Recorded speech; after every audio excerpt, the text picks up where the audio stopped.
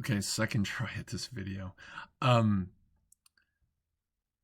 One of the things that we discovered while we were working on the bike carrier for the FJ is um, that unfortunately, and this happened when we imported our Rotopex high lift jack carrier into that model. Mainly because I wanted to see what the relationship would be between the bike and that, and just make sure there was enough room and just kind of see what it would look like. And one of the things that I discovered after doing this, and probably should have been aware of this from the get-go, is that the vertical orientation of the high lift jack was just not going to work with the awning.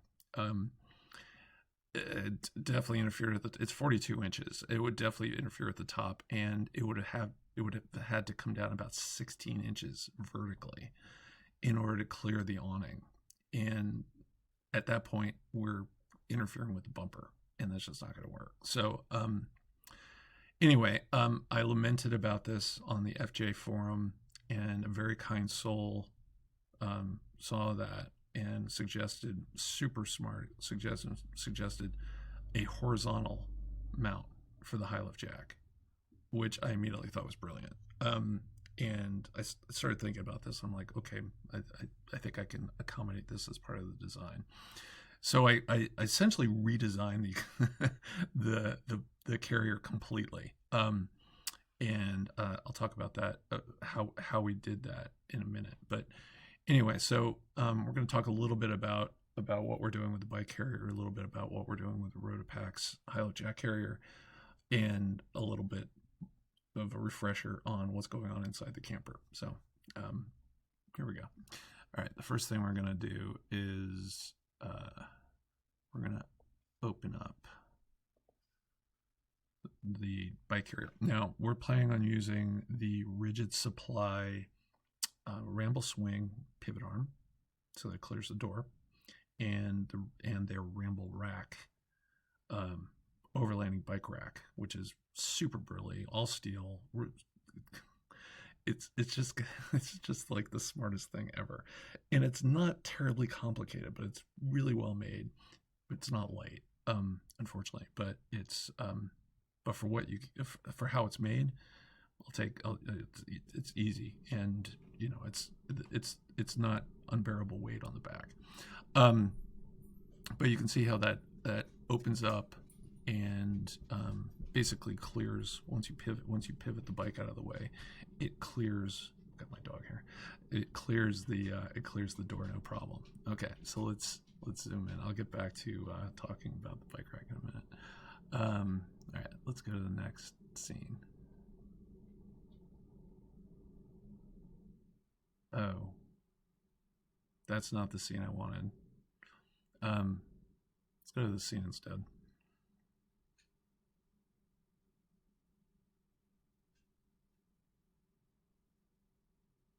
Okay, it's zooming in.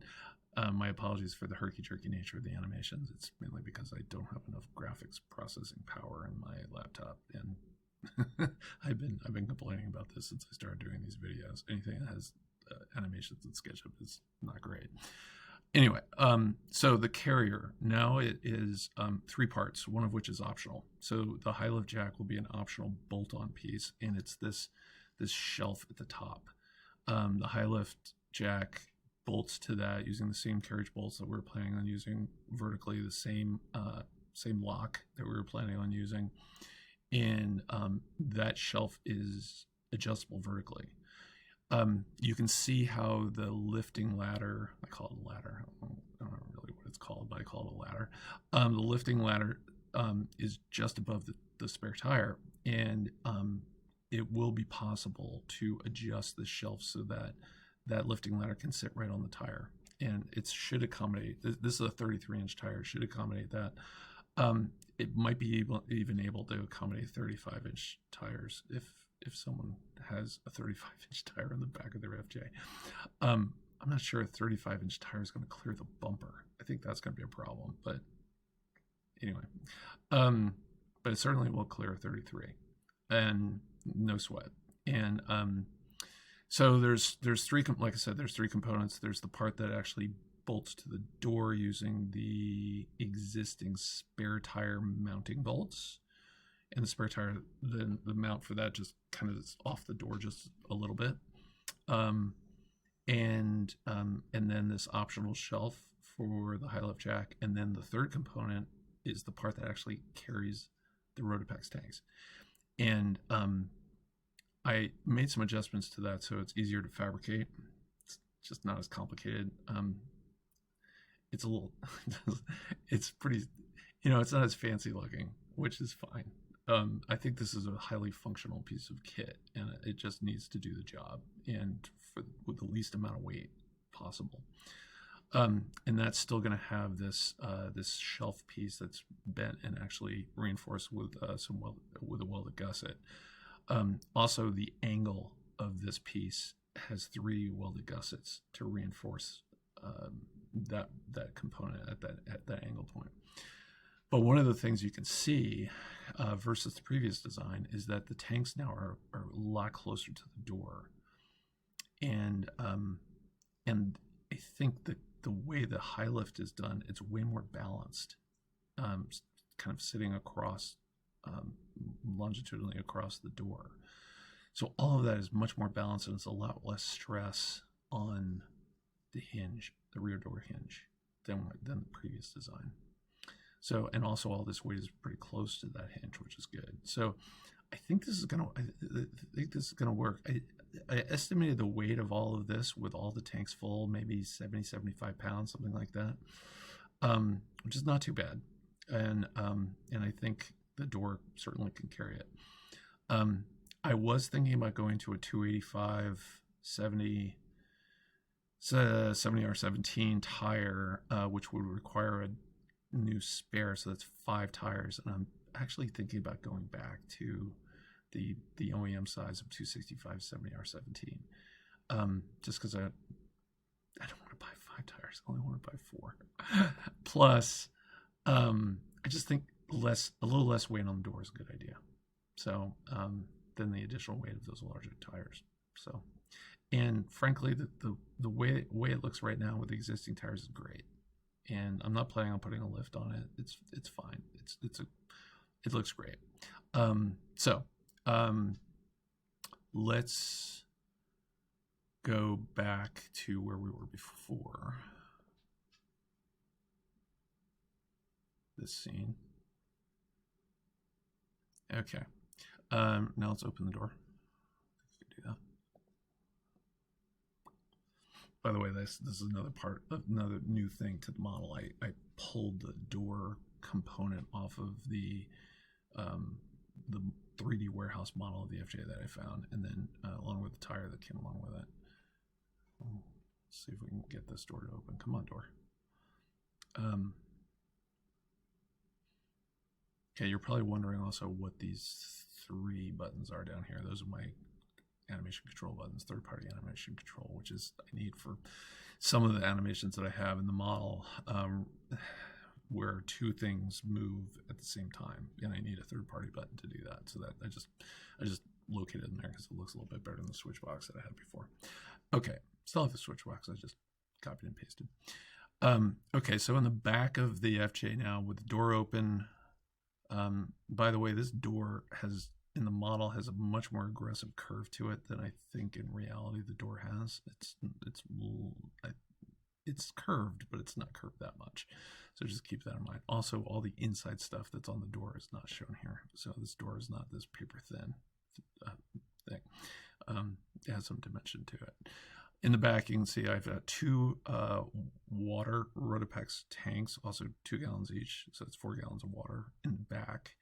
The fridge, which is on a lock-in, lock-out slide fridge tray, so that can come out, and it's easy to access. It's kind of nice. And let's put that back, and then let's open this. Next thing, which is, if I can do it, yeah, is the camp stove drawer, which is going to hold the camp stove, along with some 1-pound propane bottles and a bunch anything else related to cooking I could fit in there and just kind of keep everything tight, and dish towels and stuff like that. So now we've got the beginning of sort of a galley in the back of the rig when the doors open, and so we've got access to water. We're going to have a little submersible DC 12-volt pump that's going to kind of move around the rig. It's going to move from tank to tank. So I also have two 2.6 collapsible tanks that are forward, and we'll be able to put the submersible pump into those as well for access to water, fresh water, drinkable water. We also have this other drawer, which is a storage drawer, large storage drawer. It's on 28-inch lock and lockout slides. That is going to hold our Magma nested induction cook set, which is well used, well seasoned, had it on the boat for years, and does a great job and will easily fit in there. The Nespresso coffee machine, tiny little one, it's going to go in there. All the pantry items are going to go in there, other cooking stuff. Basically anything related to cooking and eating is going to go in this drawer. This is not sort of a sundry catch-all drawer for miscellaneous storage things. I'm going to have other places for that, but that's what's going in there. And if I've got extra room, great. Maybe some other stuff can go in there too. So let's close this up. Oh, and by the way, this thing that's kind of sitting, this horizontal thing that's sitting on top of the cot, that's a Hest Foamy wide mattress, which is incredibly comfortable. I don't know if you know anything about Hest, but there is nothing like it for camping mattresses. It's like the perfect solution, and it rolls up, which is nice. I currently have it rolled up right now down in the basement. It's fantastic. Okay, so now I'm going to do something with the Ramble Rack. So a little bit showing how the sausage is made here.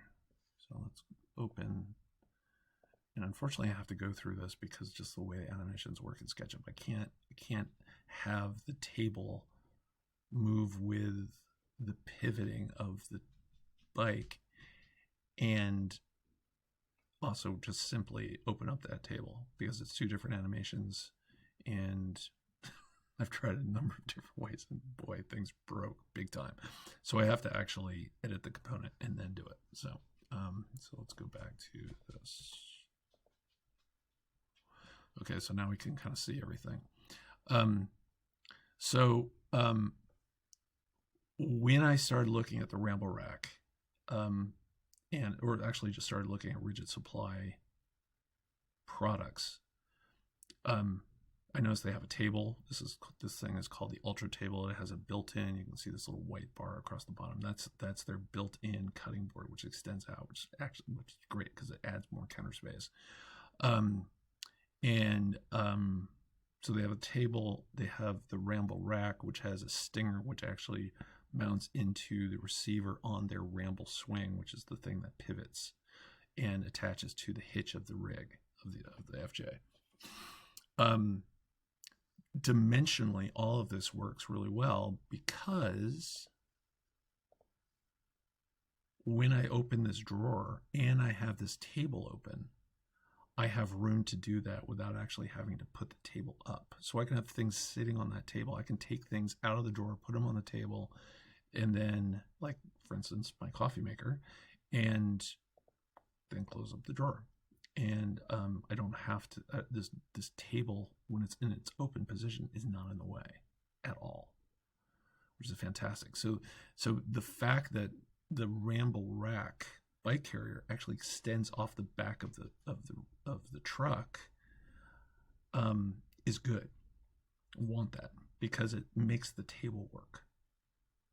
Now, I'm sure Rigid Supply wasn't really thinking about this when they thought about the Ramble Rack. In fact, the Ramble Rack has no built-in capacity to carry a table. I'm going to build one, and I'm going to modify it. I've been talking to them about this, and yeah, I might void the warranty. There's a couple of things I'm going to do that probably going to void the warranty, but that's okay, because this is pretty simple. I mean, we're just talking about steel tubes, welded steel tubes. That's basically what this thing is, with some other bits and bobs. But that's basically what it is. So I'm going to put a 2-inch aluminum tube frame that's going to be welded. It's basically a hoop. And attached to that at the top, bolted to that, will be a 1/8 inch aluminum plate that's going to be drilled out and indexed for the mounting holes for the table. So the table just bolts to that. Really simple. Nothing, nothing too fancy. But now you can see I have this nice U-shaped galley back here. And in fact, when this mattress is rolled up, I have another counter space here sitting on top of the cot, which I can use for just putting stuff up there while I'm doing my cooking. So I have 3 different locations for putting things while I'm cooking, and I don't have to set up a separate table to do that. I do have a camp table, but it's really designed for eating, and it's not at the appropriate height. So really, really, really kind of cool to be able to do this. Now it's going to take a little while because, yeah, these components from Ridgid are expensive. But I think it's going to be worthwhile to have, especially with the camping that we're planning on doing, the mountain biking that I'd like to do while we're camping. Just, seek out trails and do that kind of stuff. It just makes camping more fun than always just maybe taking a walk in the woods or hiking. So I'd like to mix it up a little bit. Plus, I love being on a bike. It's great. Anyway, I hope this is interesting. Here, I can close this up. I hope this is interesting and helpful. If you have any comments or questions, please put them below. I will do my best to answer. Thanks so much. Talk to you.